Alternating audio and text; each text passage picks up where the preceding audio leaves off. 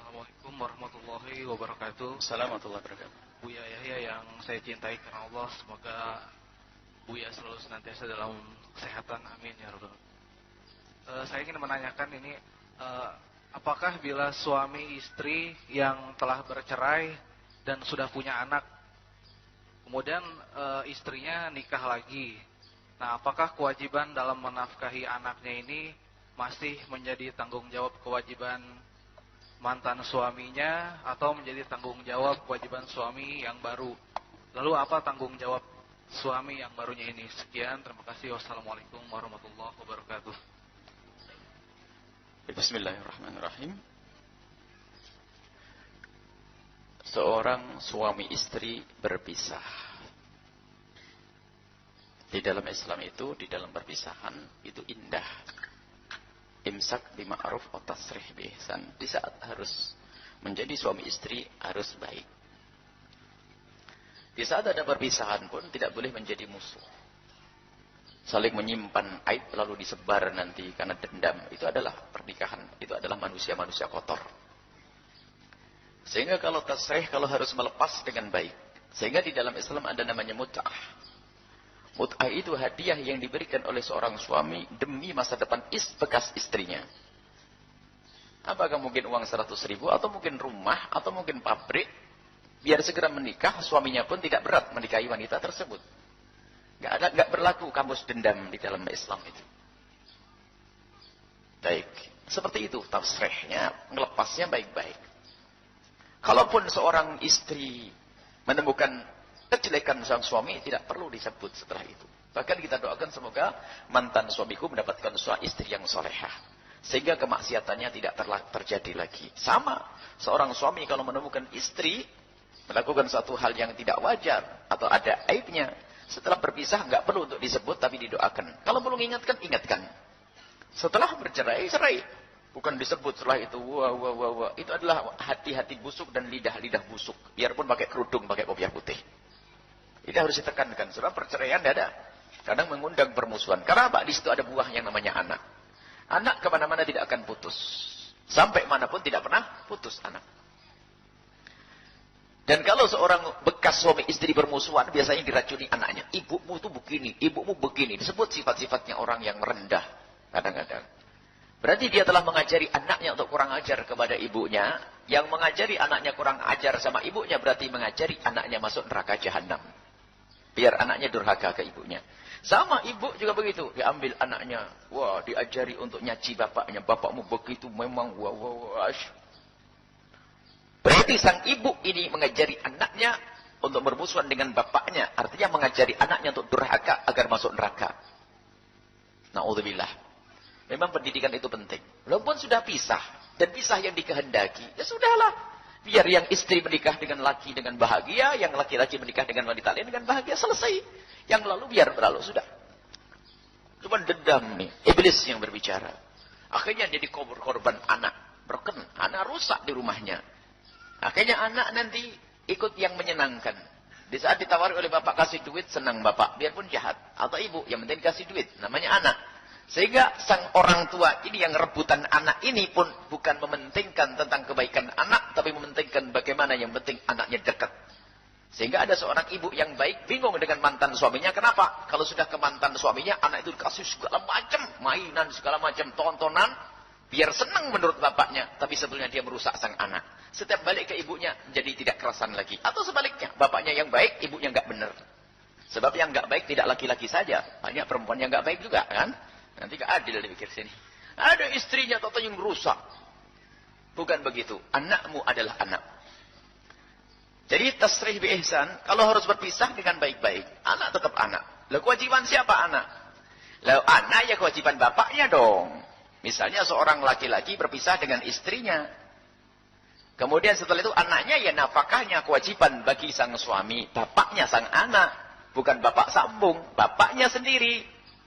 Nasabnya itu. Kemanapun pergi tetap nyambung itu nasab. Jadi suami yang pertama. Yang wajib membiayai anaknya saja. Adapun istrinya mah enggak. Bekas istrinya enggak. Karena sudah cerai.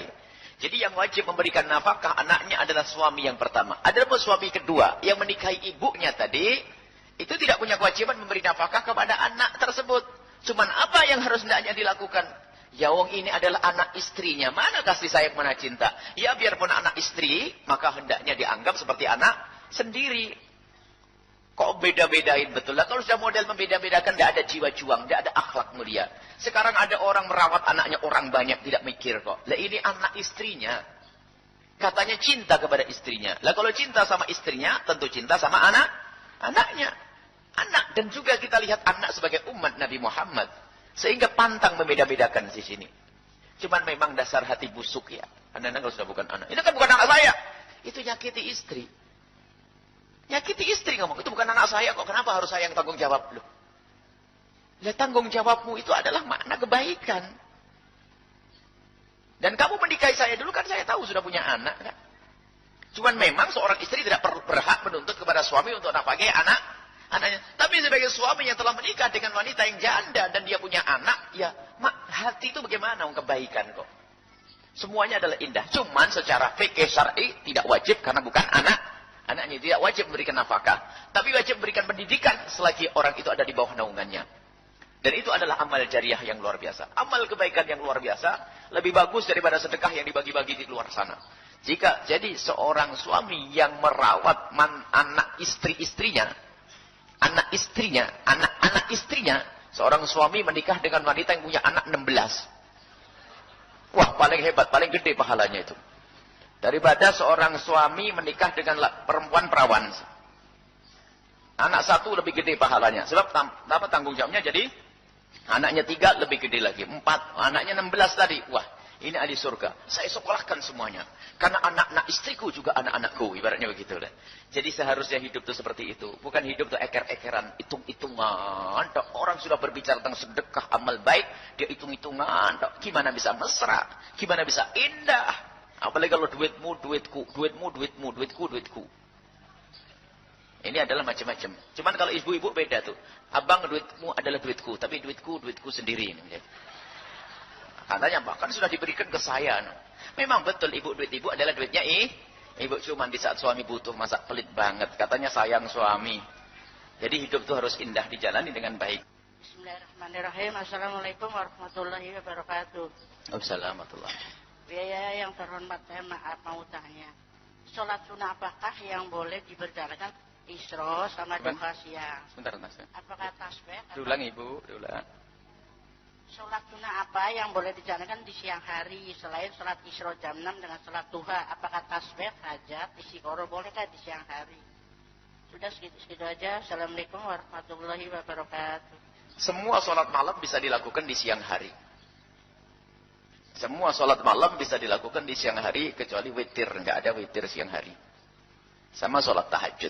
Adapun hajat, istikharah boleh dilakukan itu di siang hari. Bahkan tadi malam kalau ibu belum sholat ba'diyah isya, ibu sholat hari ini sekarang ini. Lupa tadi malamnya. Lupa ketiduran. Sholat isyanya setengahnya tidur. Sampai enggak ba'diyah isya. Ingat-ingat sekarang, ya Allah saya belum ba'diyah sekarang isya. Lakukan sekarang. Cuman jangan niat, wah enak benar Buya, besok saya enggak ba'diyah isya, pagi aja. Oh enggak begitu. Jadi oleh sholat tasbih juga bisa dilakukan di siang hari. Cuman para ulama mengatakan kalau di siang hari bisa dilakukan 2 rakaat dan bisa dilakukan 4 rakaat langsung. Kalau di malam hari hendaknya, bukan harus, hendaknya dilakukan 2 rakaat. Sebab semua sholat malam hendaknya dilakukan 2 termasuk tarawih. Maka yang aneh zaman sekarang sudah menganggap tarawih cuma 8, pakai 4 lagi.